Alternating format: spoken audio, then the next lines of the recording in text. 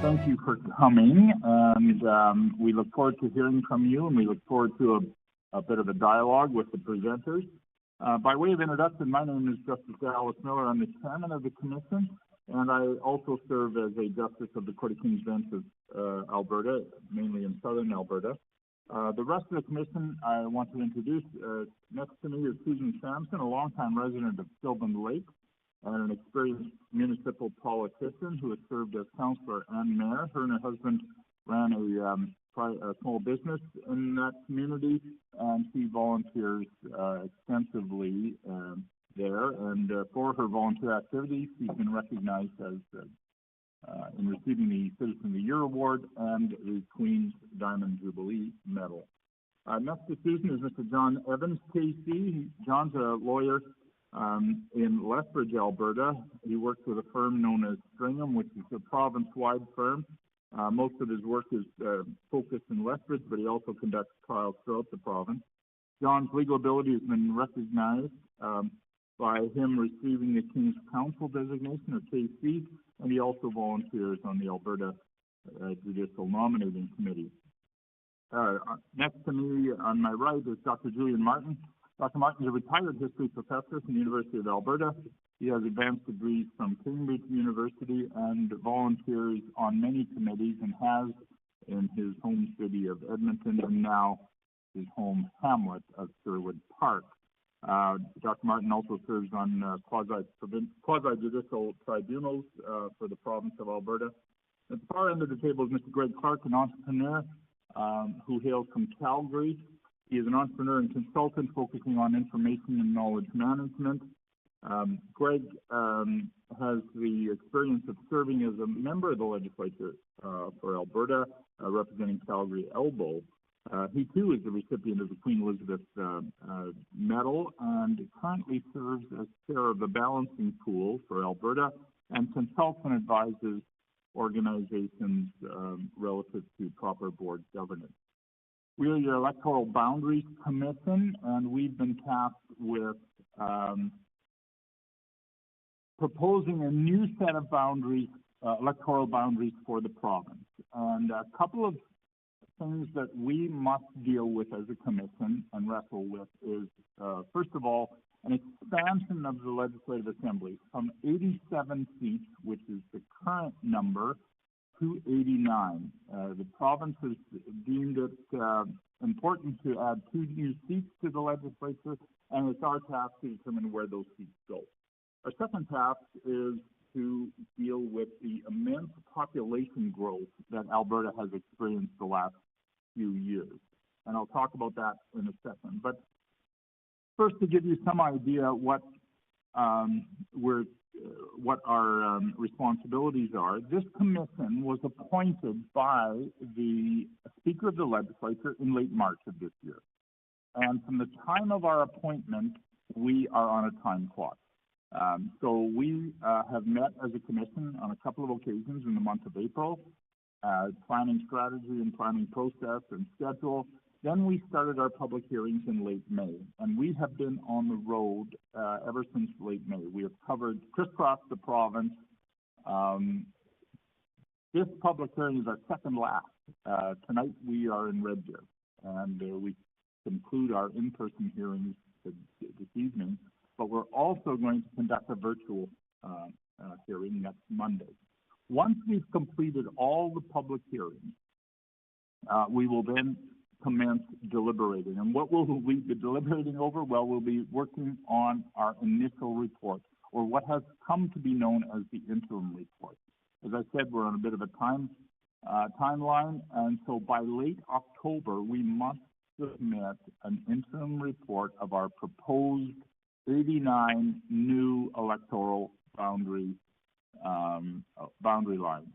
That report must be filed with the Speaker of the Legislature by late October. That will become public immediately, and the public will have an opportunity to respond to it. So we encourage you to watch for that report in late October. We will then open up an opportunity for written responses to our initial report, and that will run through November and December. In January, we will then conduct a second round of public hearings hearing from members of the public very specifically in relation to our proposal. After we've concluded that and receiving input to our initial proposal, we are then tasked with finalizing our final report, which is due in late March of 2026, and it must be filed with the Speaker of the Legislature. Once that is filed, then the Legislature takes on the task of passing appropriate legislation in relying on our report in the manner they see fit. As you know, Alberta is divided into several electoral boundaries. Currently, that's a map of our electoral boundaries, and each constituency elects one member of the Legislative Assembly. Voters in that riding or constituency or electoral division elect that particular MLA. To give you some idea as to what we're faced with, it's helpful to compare what the last Electoral Boundaries Commission did. In 2017, the previous Electoral Boundaries Commission issued a report, and their report was based on a population of just over 4 million people. So in 2017, the population of Alberta was estimated at 4,062,609. When you take that population, you divide it among 87 electoral divisions, you come up with a mean average of 46,697. That's not the target. The target is a range for each electoral division. And that range can vary from minus 25 of that mean average to plus 25. And you can see the numbers for the 2017 commission. So they had a range of 35,023 up to 58,371. 2017 was only 8 years ago, but it's a long time ago in terms of Alberta's growth and in terms of changes to the province. This time around, we are using a population of 4,888,723. That's almost 5 million. And you've probably heard news reports that Alberta has hit a population of 5 million. And that may very well be correct, but we are obligated under the legislation to rely on the most recent decennial census of Canada, which was conducted in 2021. But Statistics Canada regularly updates those numbers. And not only does the federal government through Statistics Canada update those numbers, the Alberta government through the Alberta Treasury Board, its Office of Information and Statistics, updates and validates those statistics, those population numbers on a regular basis. And so we've come to the conclusion that the best figure, the best population estimate we can rely on is what we receive from Statistics Canada, filtered and verified by Alberta Treasury Board as of July 2024. And that number is the number you see before you, 4.8 plus million. When we take that number over 89 electoral divisions, we come up with a mean average of the figure you see, 54,929, almost 55,000. The target population per electoral division then is the minus 25, the plus 25 range that you see, anywhere from 41,197 to 68,661. And of course, the population growth has not been uniform across all electoral divisions. It is largely concentrated in the two major cities, Calgary and Edmonton.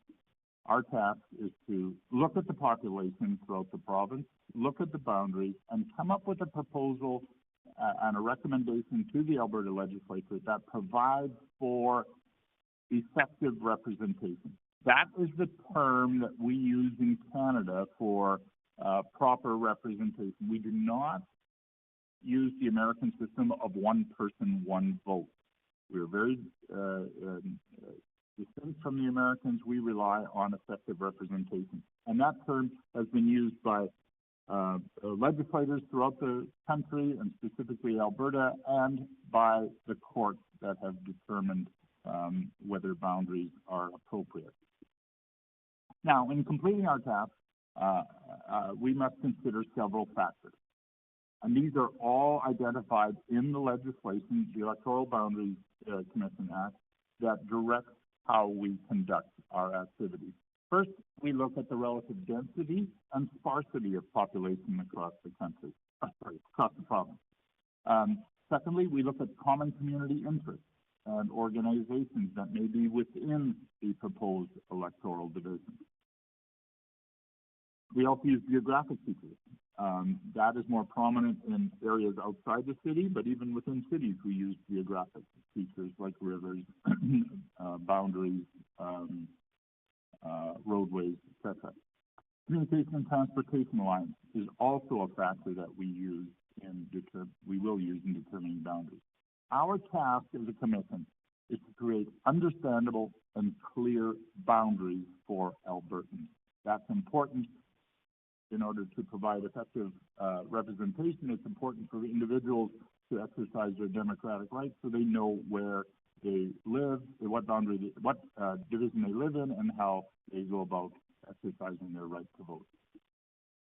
Finally, the legislation provides us with the ability to use any other appropriate factors that we deem important in creating boundaries. And that we receive to a large extent from the public hearings that we've conducted. We get to hear, there is nothing that replaces in-person public hearings for us as a commission. We've learned a lot about this province. We've learned a lot about the regions outside of Calgary and Edmonton. We've learned a lot about what Calgarians and Edmontonians want. Nothing replaces being in the community. And for these last several weeks, while they may have been tiring for us, they have been exhilarating for us as a commission to see Albertans and hear from them directly. So now, we are here this morning in Hinton to hear from you. I have, I believe, a list, and I would call on Wendy Robinson, our first presenter. Please come forward and have a seat at the table to my left. We will try to get our map up for this electoral division. Identify yourself, tell us where you reside, and begin your presentation. All right. Do I need to do anything? No, that'll take you up. Oh, and by the way, the hearings are recorded. The recordings will be on the Electoral Boundaries website. As well, they'll be transcribed by Hansard, and everything you say will be on our website eventually.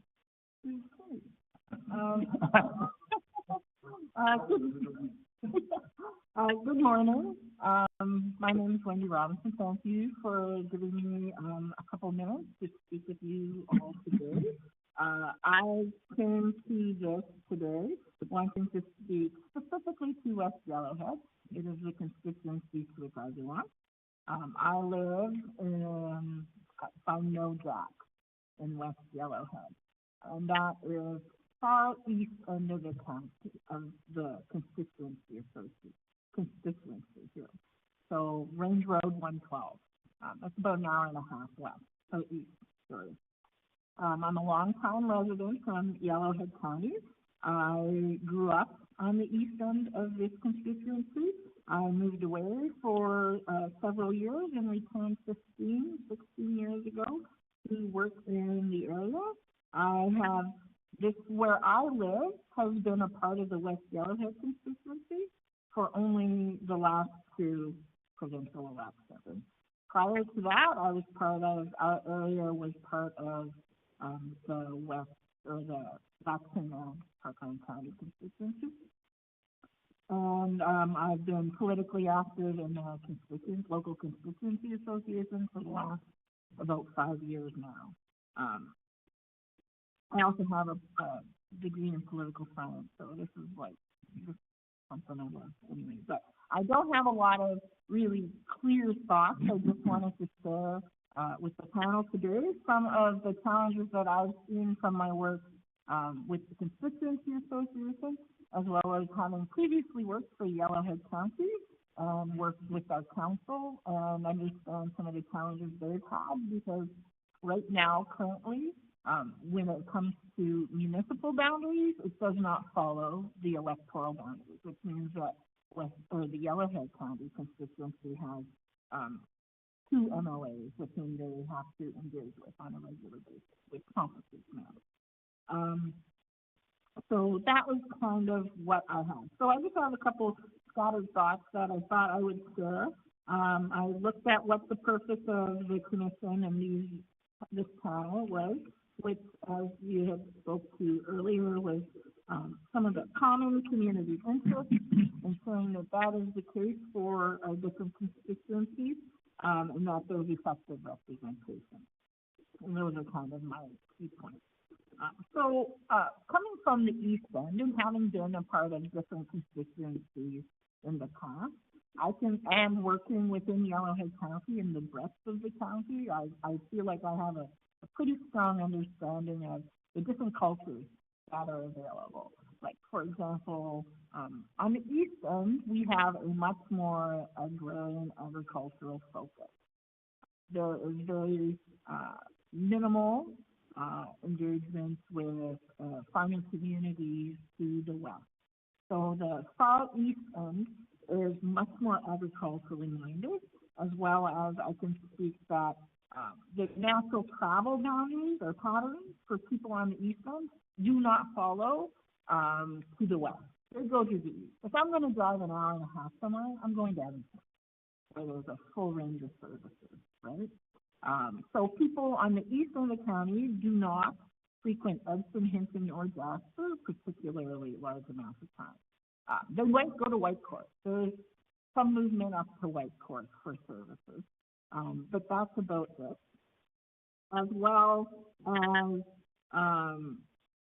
just the people on the east end of the county have much more rural agrarian kind of concerns and interests.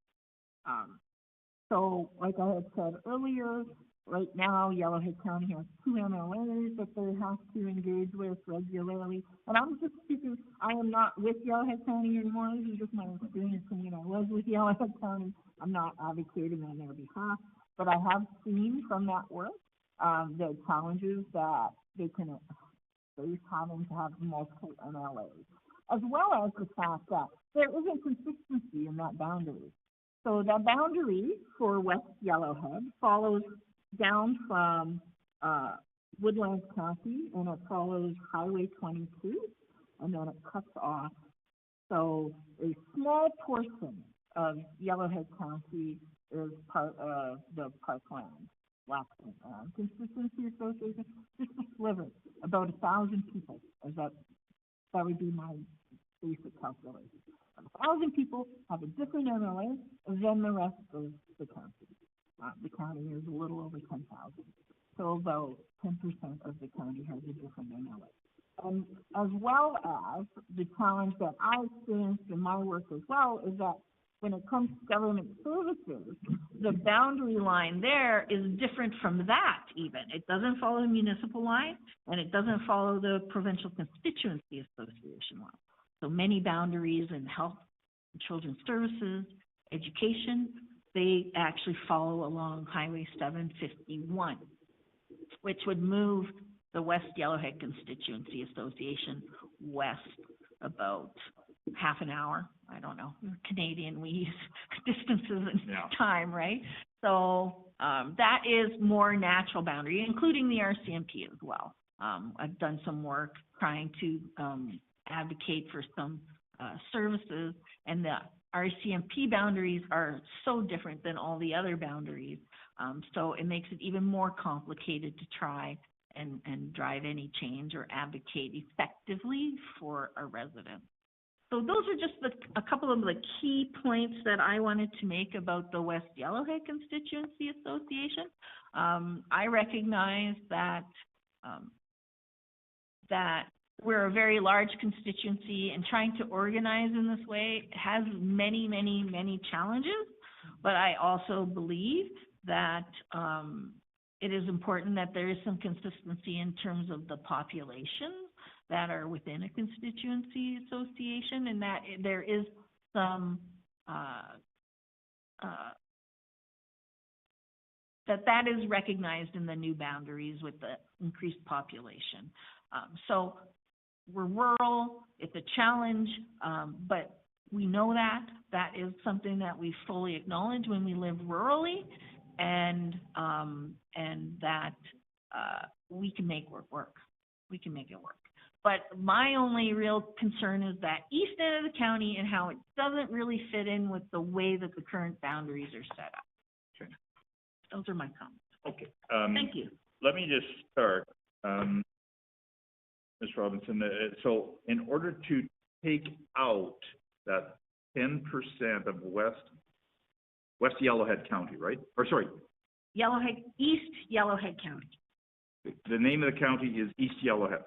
No, the county is just Yellowhead. Yellowhead, It's so okay. complicated, right? Okay. West Yellowhead. Okay, Yellowhead. I'm wondering if Can I show you? yeah, if Aaron could maybe just move the screen so we can't see the screen, and if you could go up and show us what it would take to take, pardon me?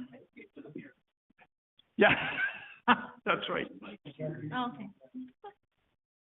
Yeah, but then it's reversed and then you're talking, okay. Yeah, but you know what, that's probably easier if we just. We're just gonna come up to you. Yeah. I'll coordinate. Oh, okay. Great. Yeah. This is Highway 21. And the municipal boundary line actually follows, I believe, the river. So it Right. would actually bump out to the east, kind of towards, closer to that, On the other side of 22. on the other side of 22, yeah. Okay. So it follows, like, that is a boundary that's used in Alberta forestry, but that's about it. Like, there's, Okay. yeah, so it's about not a huge area, but it is, for some reason, they have a different MLA than the rest of the county. Okay. And it wouldn't take much to move that over, to And yours- follow the municipal. And you're satisfied it's only about 1,000 people? It might be up to, with the rural area, maybe up to 2,000, but the hamlet that's in that area, Evansburg, is like 700 people. Okay. Yep. Okay, Before you leave, sorry. Yeah, no, you can sit down. Yeah, so the commission will all have questions of you, Ms. Robinson. Go ahead, Susan. I just wanted to ask this question because I don't get what you're saying. Are you saying the boundary on the east side should align itself with Highway 22 or No. 751? So I think it should either follow the municipal boundary, right, which is neither of those. It's actually the river. I'm not sure what you mean by municipal boundary. Are you talking about the, Yellowhead County. oh, the county boundary? Okay. Yeah. So follow the county boundary on the east side, Yeah. or what is, are you offering up another Or, option?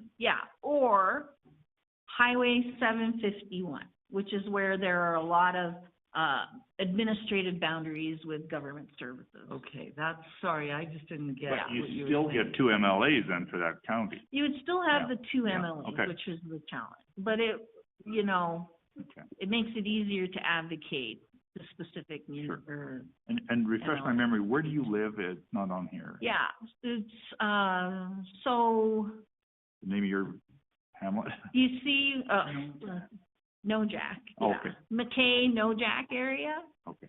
So it's in between, kind of in between Wildwood and Knighton Junction, kind of right in Okay. between there. Okay. Anything else? I actually do have a few other things. When you talk about travel corridors, does White Court, which is similar in size to Hinton, have more services that attract people there, or would it be a similar selection of services in both communities? I would say that it's probably similar. It's similar in size. It is a key provincial government service, area. So there's lots of, like, the provincial government services that you might be looking for. I actually even think it's very similar in terms of the economies in those communities. And people in Edson will travel to White Court, people in my area will travel to Whitecourt, probably most specifically for health services. There's a larger doctor's offices, more doctors. Yeah.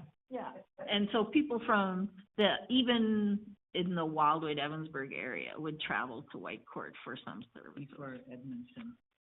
Well, they would go to Edmonton first, probably. Okay. Yeah, or Spruce Grove, like, there's an advantage Yeah. traveling east, right? Mhm.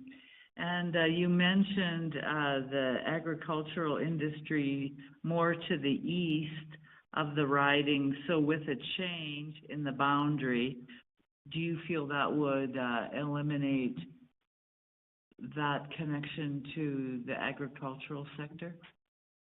If it went west to Highway 751, Yes. somewhat. Yeah. There's still pockets of agriculture that happen further west, like in the Piers, Shining Bank, Fulham area. But it probably would, because then the focus really would be on forestry, oil and gas. Which are the minerals. main industries, and tourism? Tourism to a degree, yeah, Thank you. yeah. Mr. Evans? Just one question. You're talking about Highway 751. Is that west or east of 757? West, okay. Right up from where you are, no, Jack. Yeah, it's like almost straight down from Whitecourt. Well, not quite, but a little east of the Whitecourt down there. You have to do a dog leg. Yeah. Okay, thank you.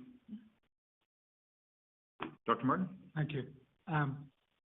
The last commission found that this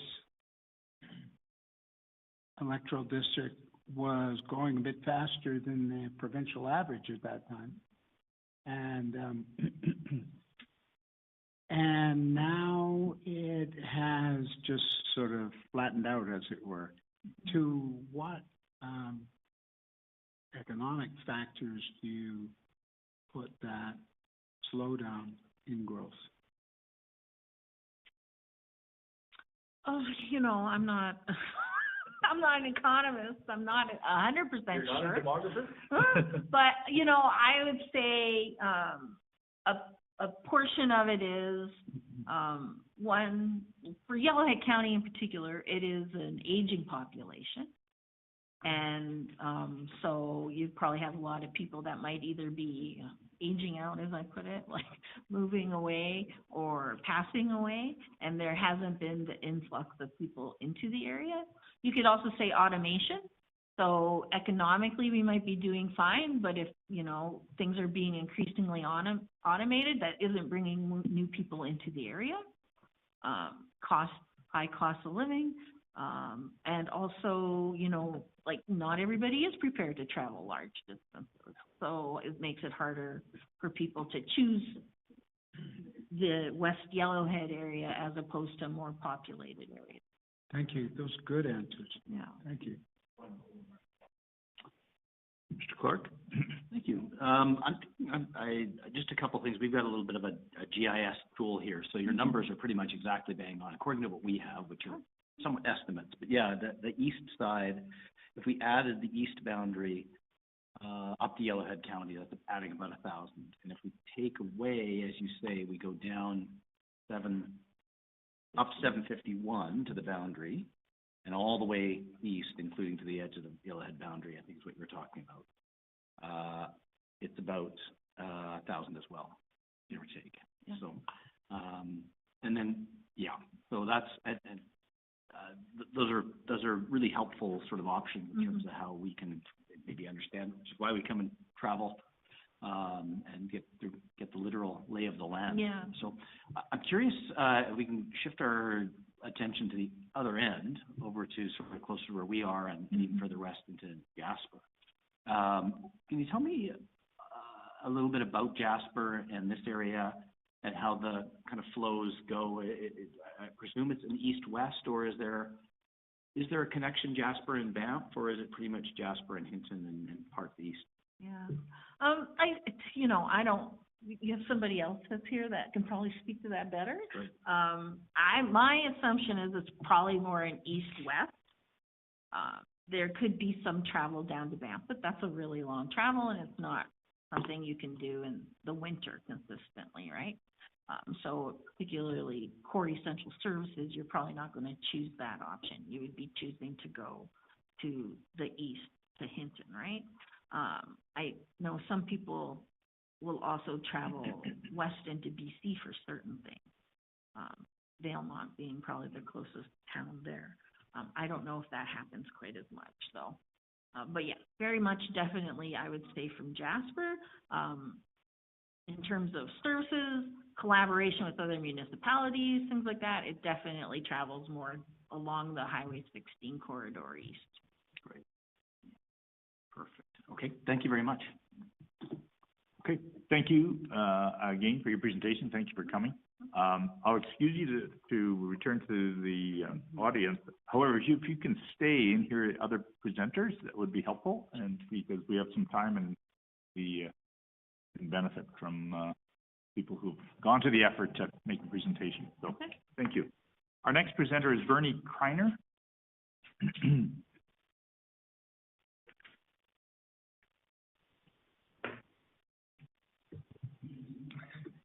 Greetings.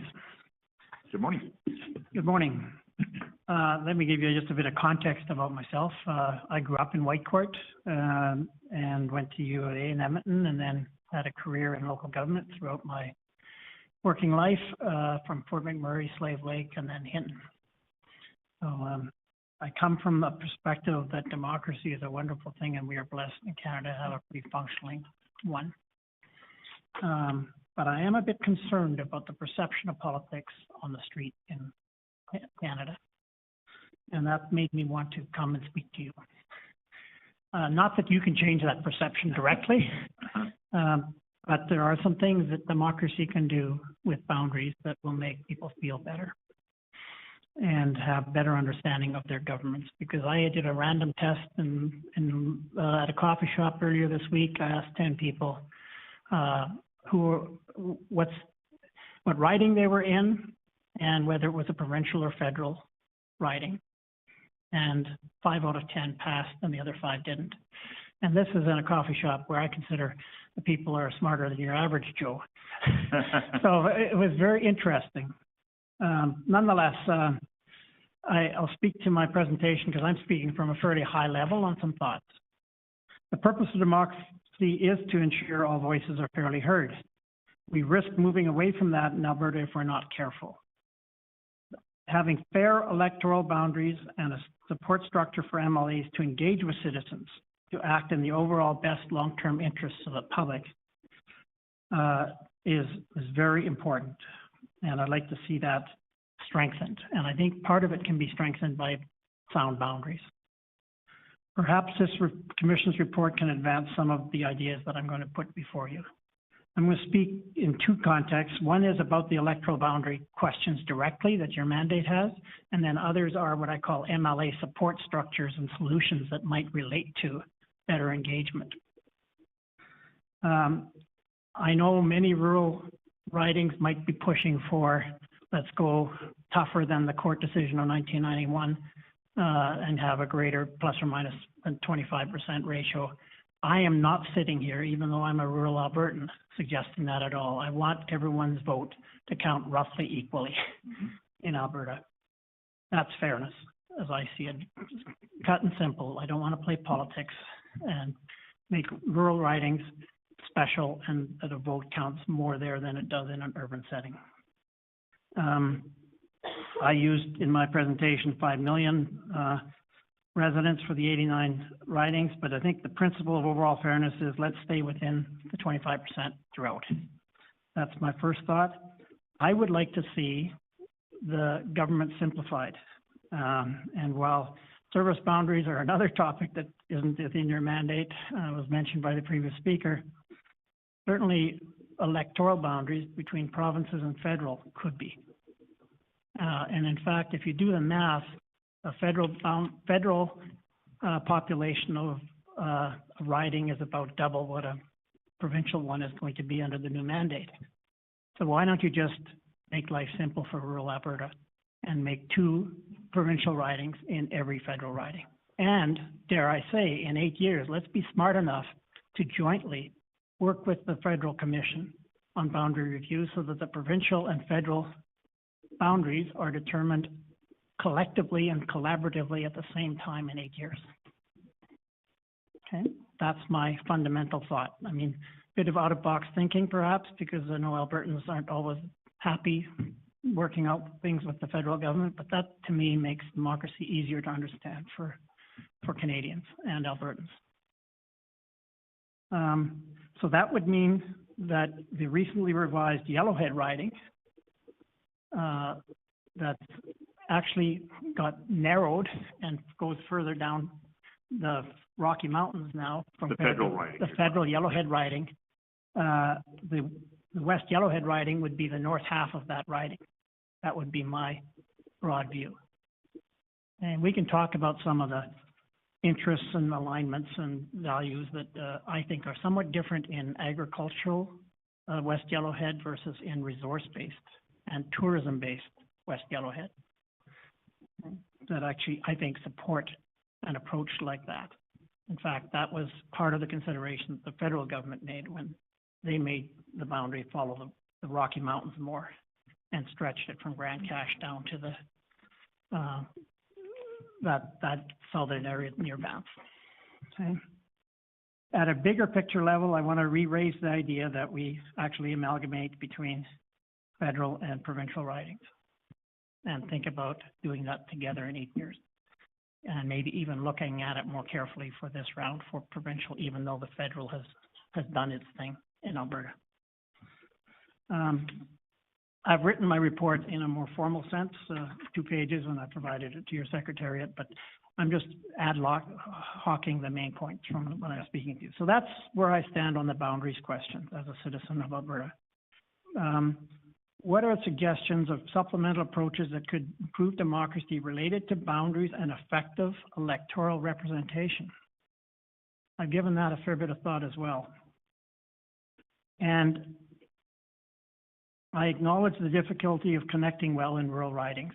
In fact, I went to one of these hearings back in Slave Lake in I don't know what year, and an Aboriginal gentleman played a marble game with the commission. And he gave the chairman of the commission a responsibility to pick 6 marbles, and then he put them on the chairs in the room in 2 different ways. And one was an urban riding, where we put 7 marbles in one chair and 5 in the other, and said, get 6 and come back to your chair. And then he timed it when he put 12 marbles and 12 chairs. And that's the truth between an urban and a rural riding in terms of trying to represent them well. That demonstration was very effective, I thought. So what about the idea of actually having and allowing any party to run a 2 MLA as one individual, 2 individuals as 1 MLA in a riding? Okay. This hasn't been done very often, although it does exist in democracies in the world. But that would still require that riding only has 1 vote in the legislature. But it could create a team. 1 party, 2 candidates. No, I'm suggesting that any party can choose, instead of running 1 person as a candidate for MLA, to actually declare a team of 2, who would actually only have the right and responsibility to represent the party as 1 vote, but would have 2 people doing the legwork in the riding. Okay. This structure would allow a team and would allow a lot more collecting with the interest groups and the broad electorates in their riding, because that is a true challenge. You know, how many parades do you have to be at Canada Day, as examples? And not to say that's where a lot of effective engagement occurs, but before and after the pancake breakfast, that's what happens, right?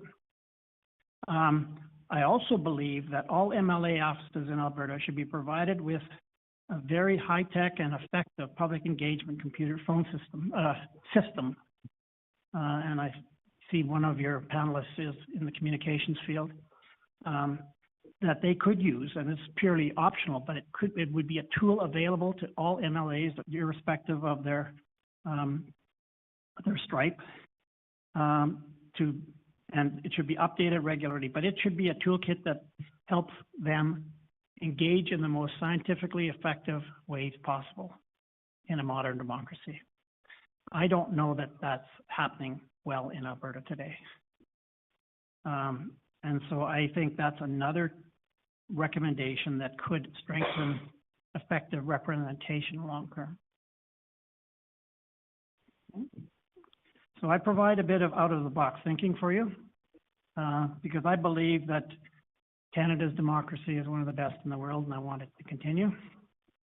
I do believe we should create a vibrant democracy that is fair to all concerned, and that's quoting one of the four-way tests of Rotary, fair to all concerned.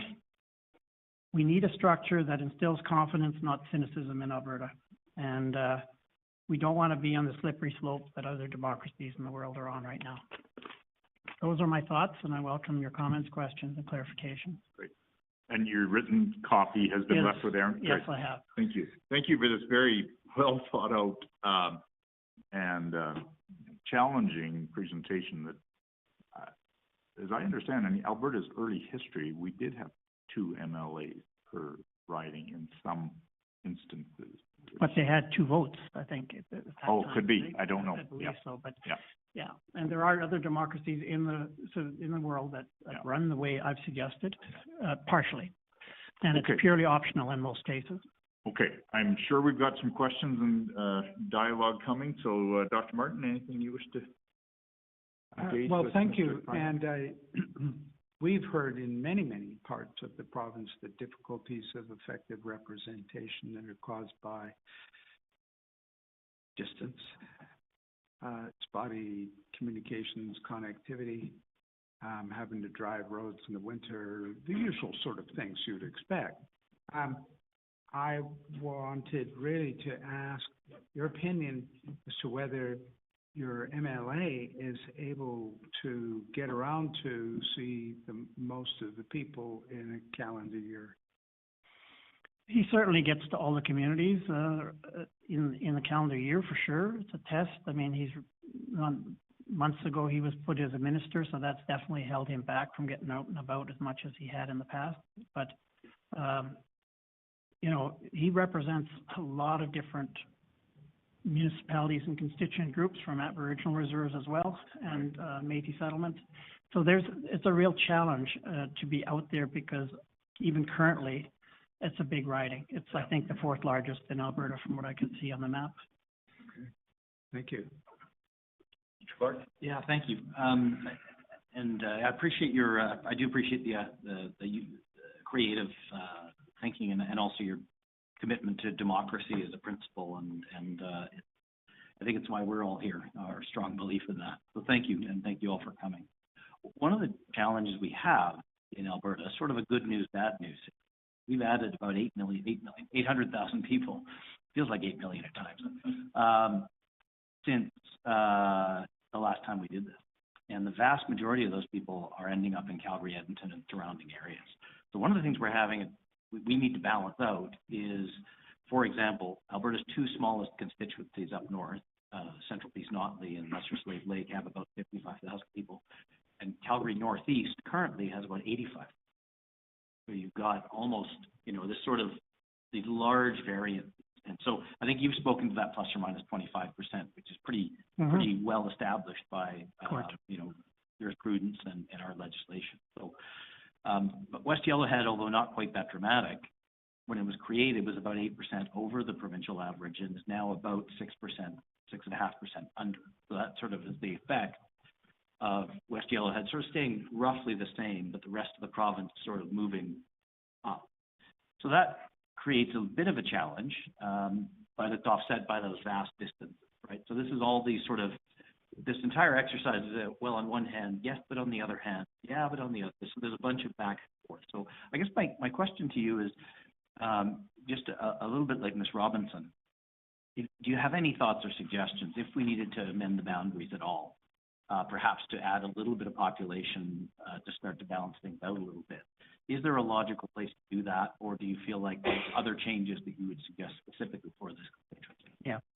I haven't looked at the big picture challenge that you guys have in that context, but to me, Whitecourt and the addition of that area doesn't feel right to me, and even the agricultural part that was spoken about, it's very culturally and economically different from what I'm gonna say, even Edson, Hinton, Jasper, Grand Cache.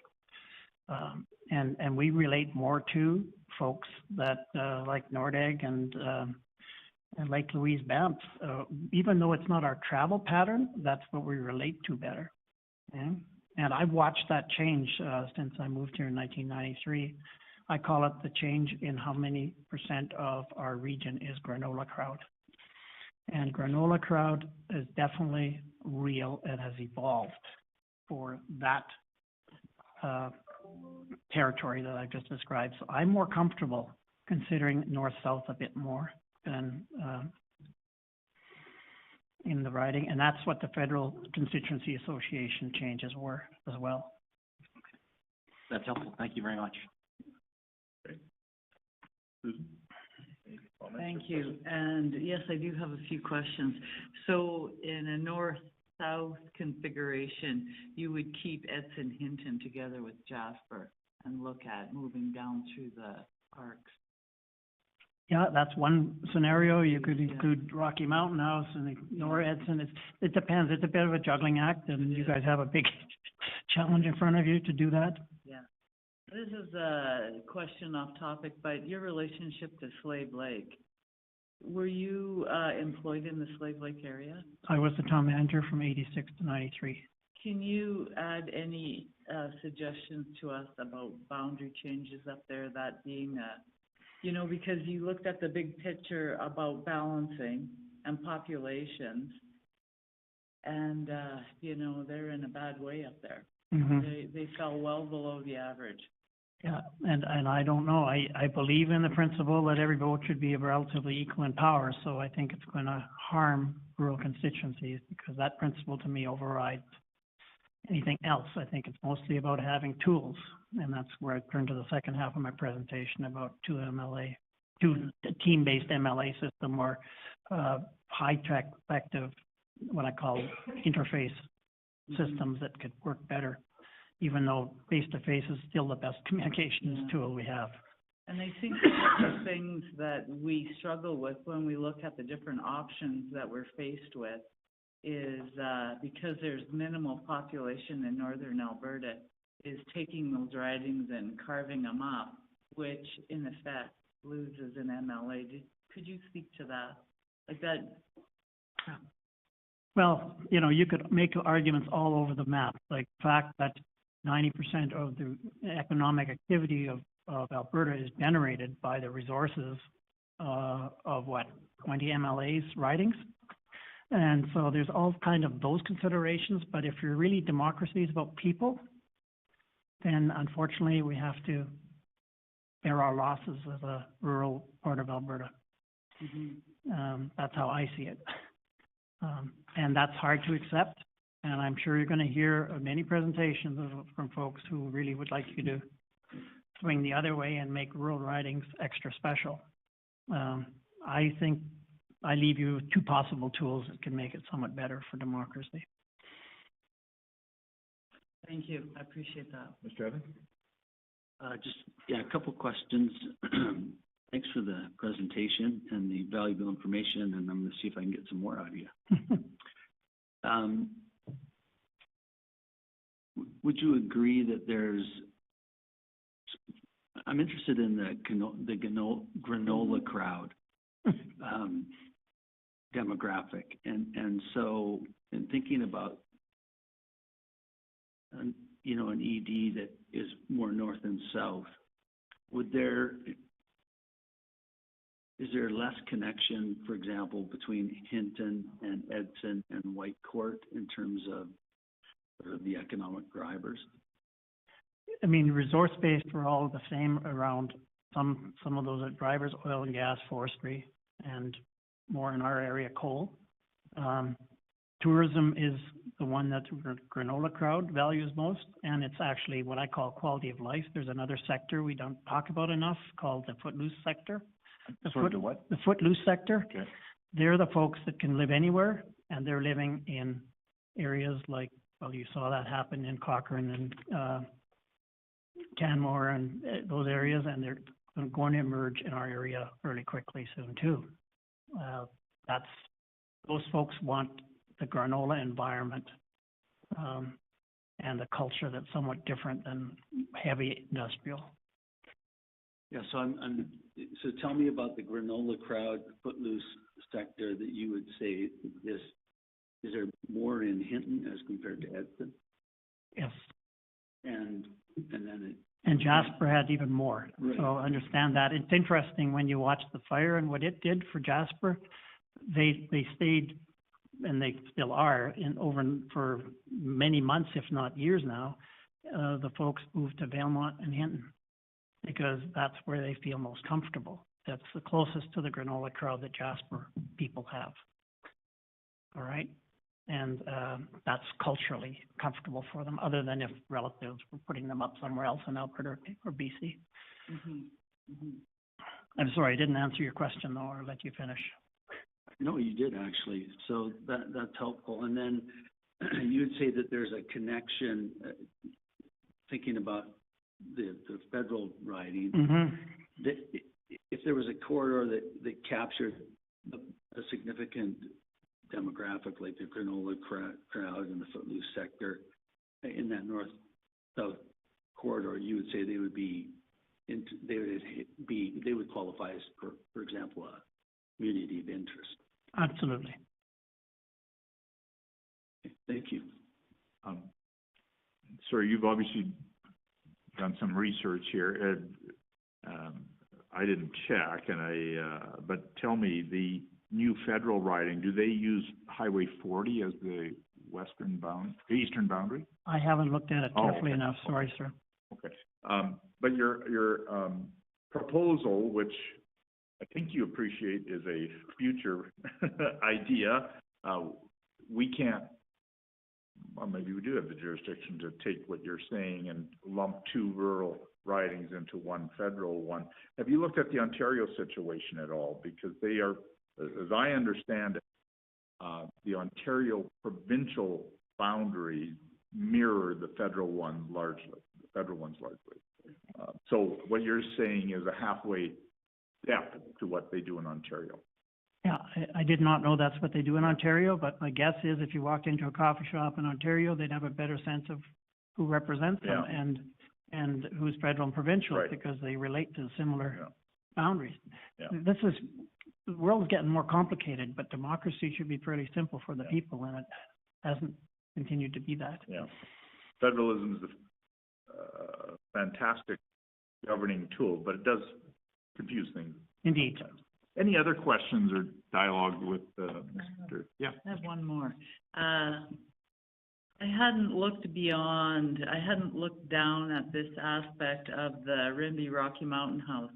When you started the conversation around the granola gang, would it be a good fit, in your opinion, to take in Nordig and to the crossing in that area, or would you go as far as Rocky? Yeah, the Rocky is sort of, it becomes a bit like Edson, where there's starting to become other factors, but I think it still fits. Whenever the agricultural sector has the dominant values, it's different than the granola crowd needs. Okay, that's my experience. And so I don't know today how much Rocky Mountain House is affected by the agricultural, but I know there's agriculture on three sides of them. Yes. So it's like Mayerthorpe in a sense. Mayerthorpe is sort of the boundary of true agriculture in our area, shall we say, or Evansburg. Okay. Thank you. Mr. Kreiner, we in our report, we'll use common terminology, but if we use new terminology, we have to define it. And do you mind if we reference you when we reference footloose and granola sector? Sure. I mean, those are two of my words, but, and I'm sure there are academic words that say the same kinds of stuff, but that's okay.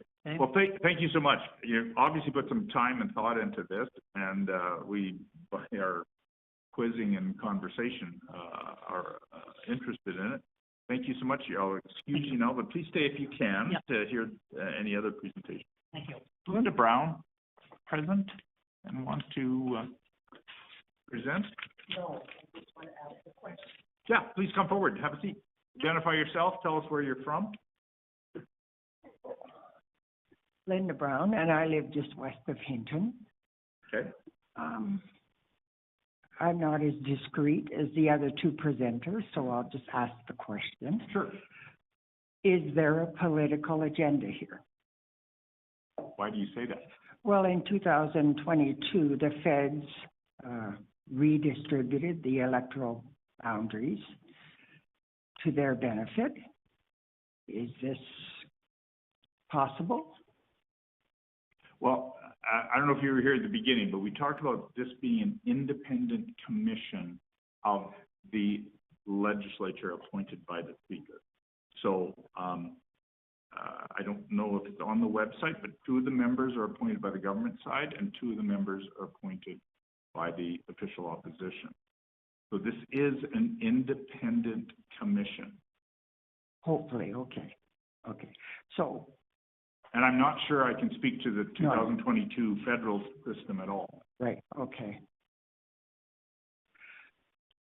So why are we redistributing the electoral boundaries? I heard everything that was said, okay. Just give me a direct answer, please. Okay, why? Two reasons to start with. We're moving to 89 electoral divisions from 87. And we've had about 800,000 people move into Alberta Yeah, since the 2017 commission, which if we left it the way it is, the representative culture would be fairly chaotic and there would not be effective representation of Alberta. That was a very discreet answer. Yes, and we're mandated by the legislation. The legislature has said, thus shall you do. Right. So, I can't really see that map, so. Are we enlarging or are we shrinking? Well, the population in 2017 for the last Electoral Boundaries Commission pegged it at 50,604, which I think Mr. Clark said was slightly ahead or above the mean average at that time. Now the population is 51,390, which is below the mean average of 55,000. Right. Okay. Good. Okay. So, good luck, guys. Thank you. We hear that a lot. Okay. Anybody else want to present or any comments from the previous presenters? We got a few minutes. We're happy to hear anything supplemental. Well, thank you so much for coming out. I will adjourn the public hearing now. We'll remain for a few more minutes before we pack up and leave and go to our last presentation, which is in Red Deer. So, thanks for coming out.